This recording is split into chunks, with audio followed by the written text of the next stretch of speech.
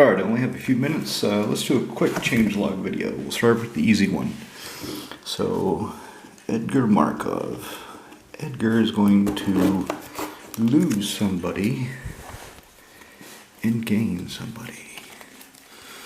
It helps that I've already made the decision on what to cut before I started this.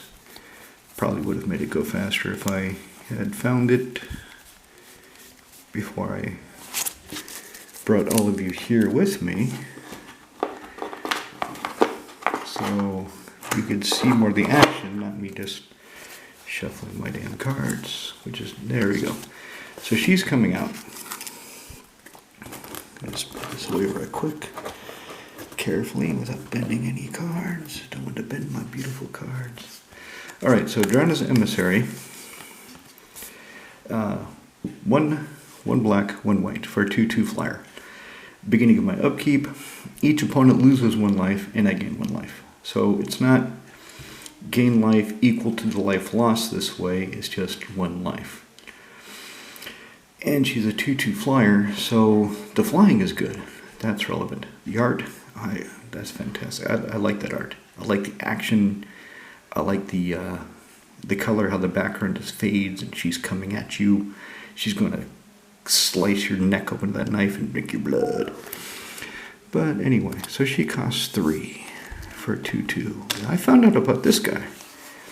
I can't believe I didn't know about him before. Try to get a good picture of him. So he costs the same, 3, and he's a 2/2, so 3 for a 2/2. He doesn't have flying, but he has convoke and lifelink. And other vampires you control get +1/+1. In Madness, 2 colorless, 1 black. Not that I have a lot of ways to discard, so that's not really relevant. But for the same CMC, and for 2 colorless, 1 black, so he's easier to cast in the deck. With her, I have to make sure I get the white early. With him, that is not a problem.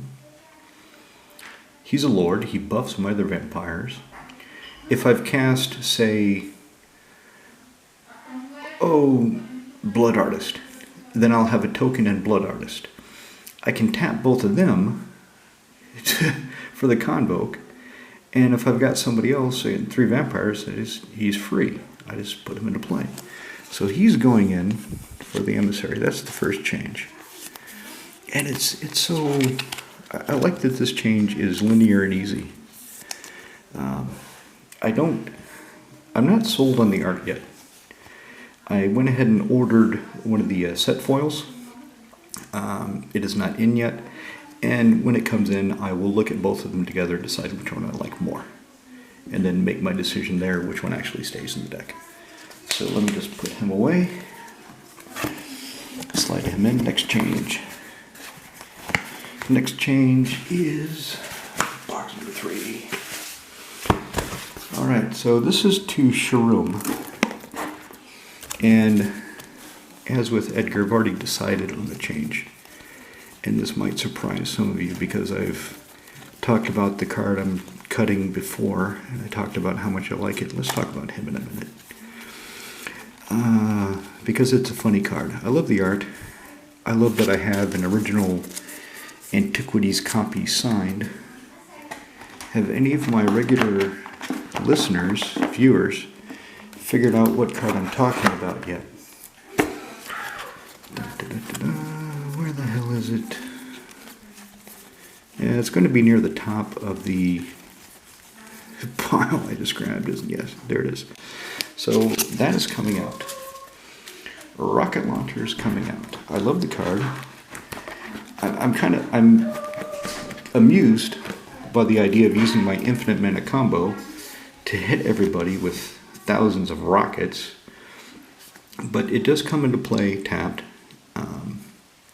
Cannot be, even if I untap it, I cannot use it specifically because it says it has to be in play at the beginning of my turn.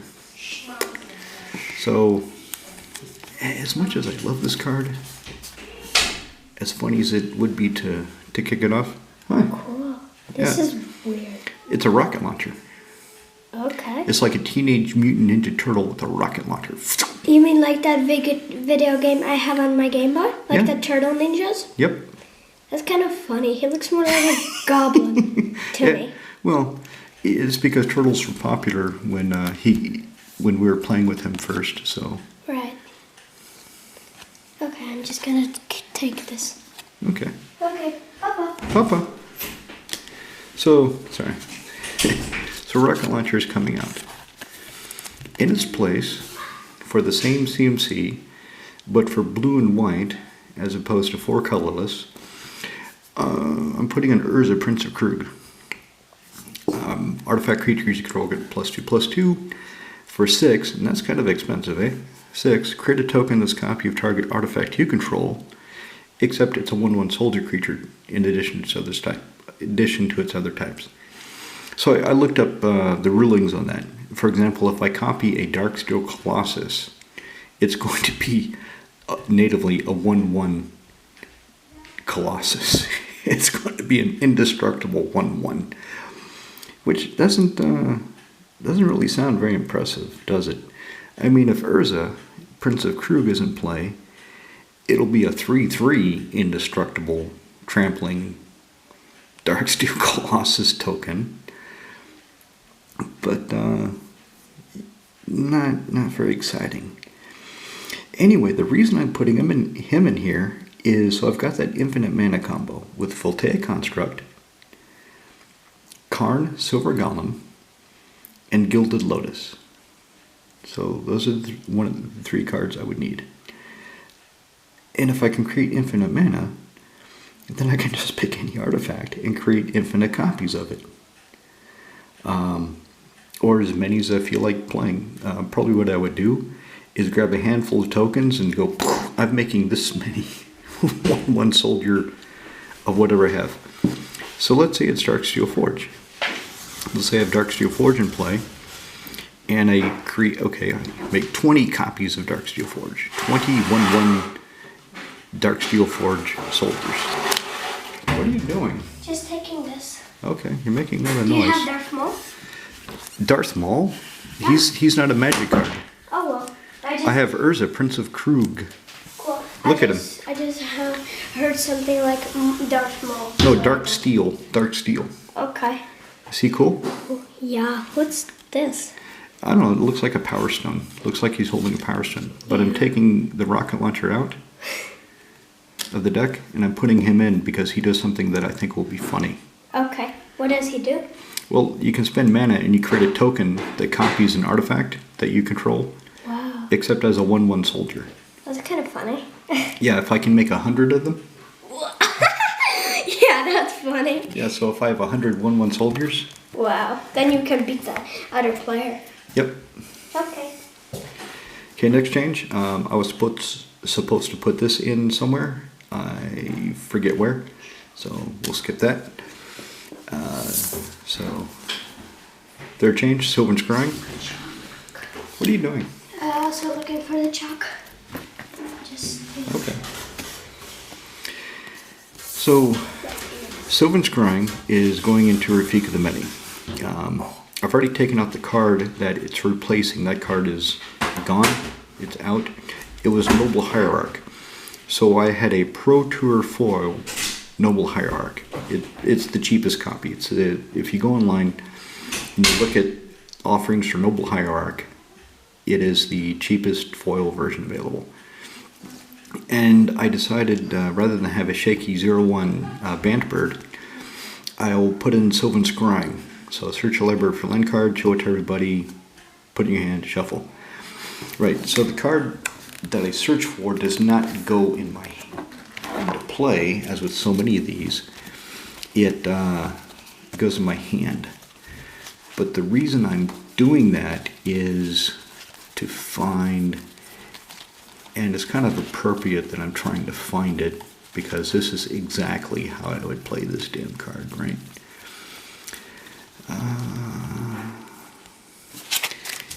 I should start grabbing the top of the pile from now on, because that seems to be where all of these cards are. They all seem to be residing at the top of the piles. Right? Bloody hell, there it is. And let me show you what I had previously to go find it, which it must be also on the top of the pile. Yeah, it's in the top of the pile. So anyway, I can Sylvan Scrying, go find a land, any land.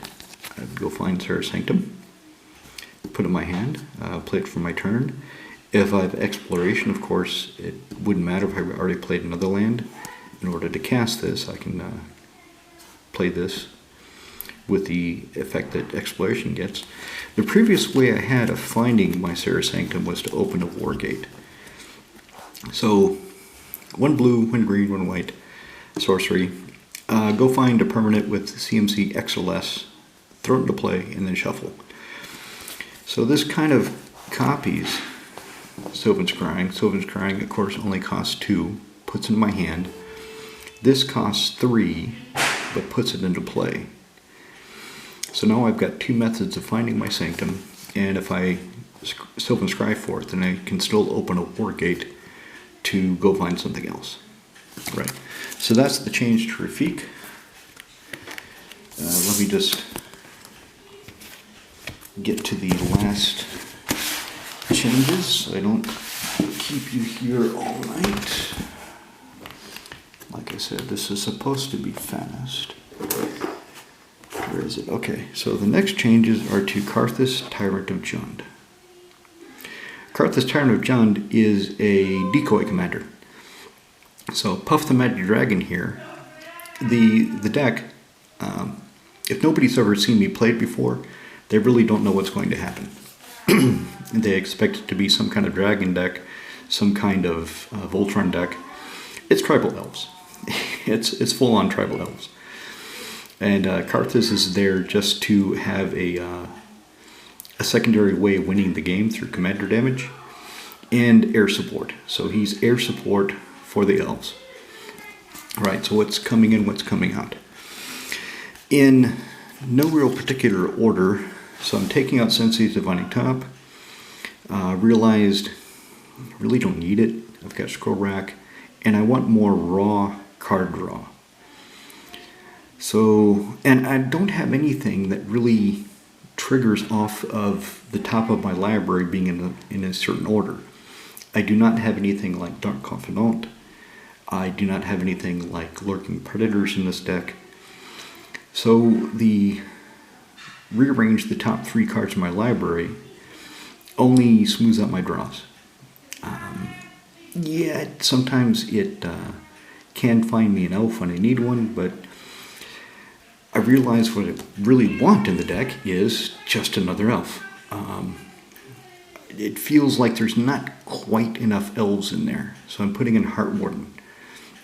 Since his Divining Top is out, Heart Warden is going in. 2 mana for a 1/1 elf. He taps for 1 green. I can spend 2 colorless, sack him, and draw a card.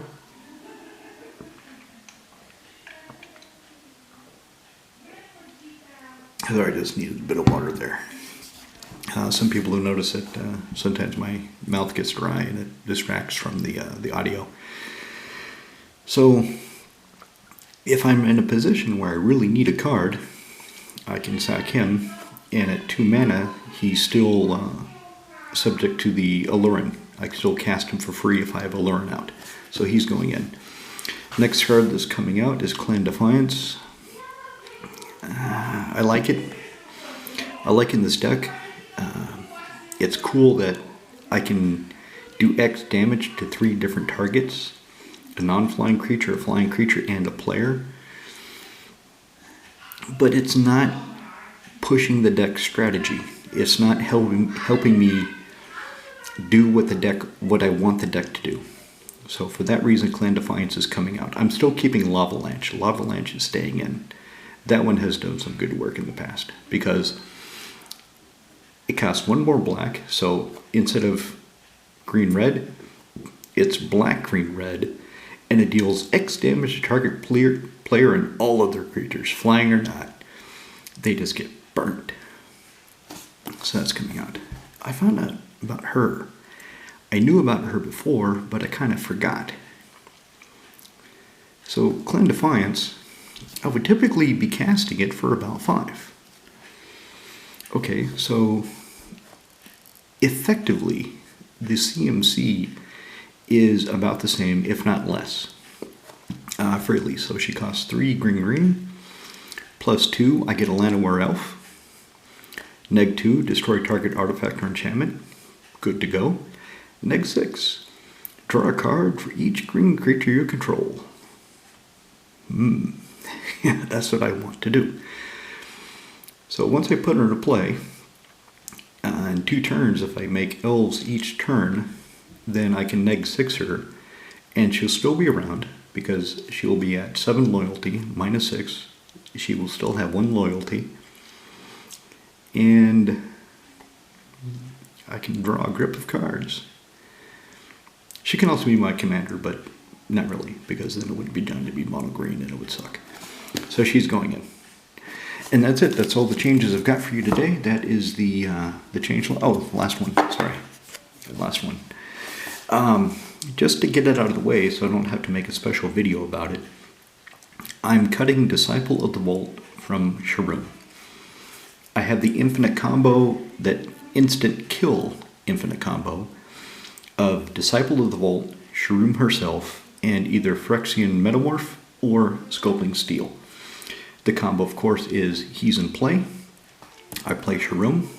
I Sculpting Steel copying her because both would be legendary. I have to sacrifice 1, but it still had the trigger on the stack of whenever Sharuum comes into play, return an artifact you control from the graveyard to the battlefield.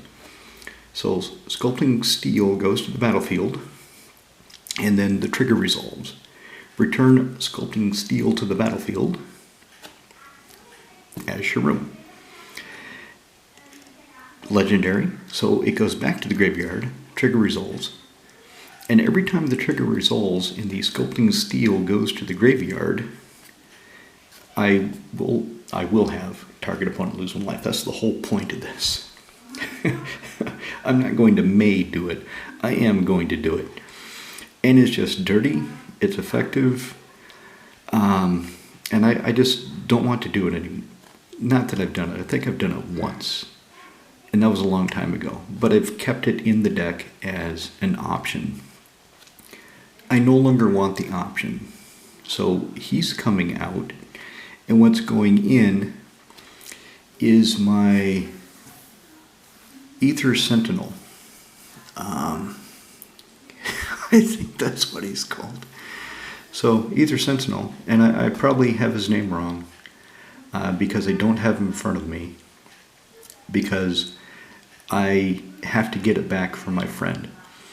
So my Ether Sentinel, and it's the 1/2 soldier, artifact creature soldier, that when your opponent plays their first non-creature spell, you draw a card unless they pay 1 mana for each point of his power. That guy, the 20 euro plated modern 1 white mana artifact soldier creature. Yeah. So once I get him back from my buddy, who decided that 20 euros is a little bit more than he wants to spend for it, I will put that into Sharuum, but I'm already going to take out Disciple of the Vault. So -1 infinite combo, +1 semi-heuristic study.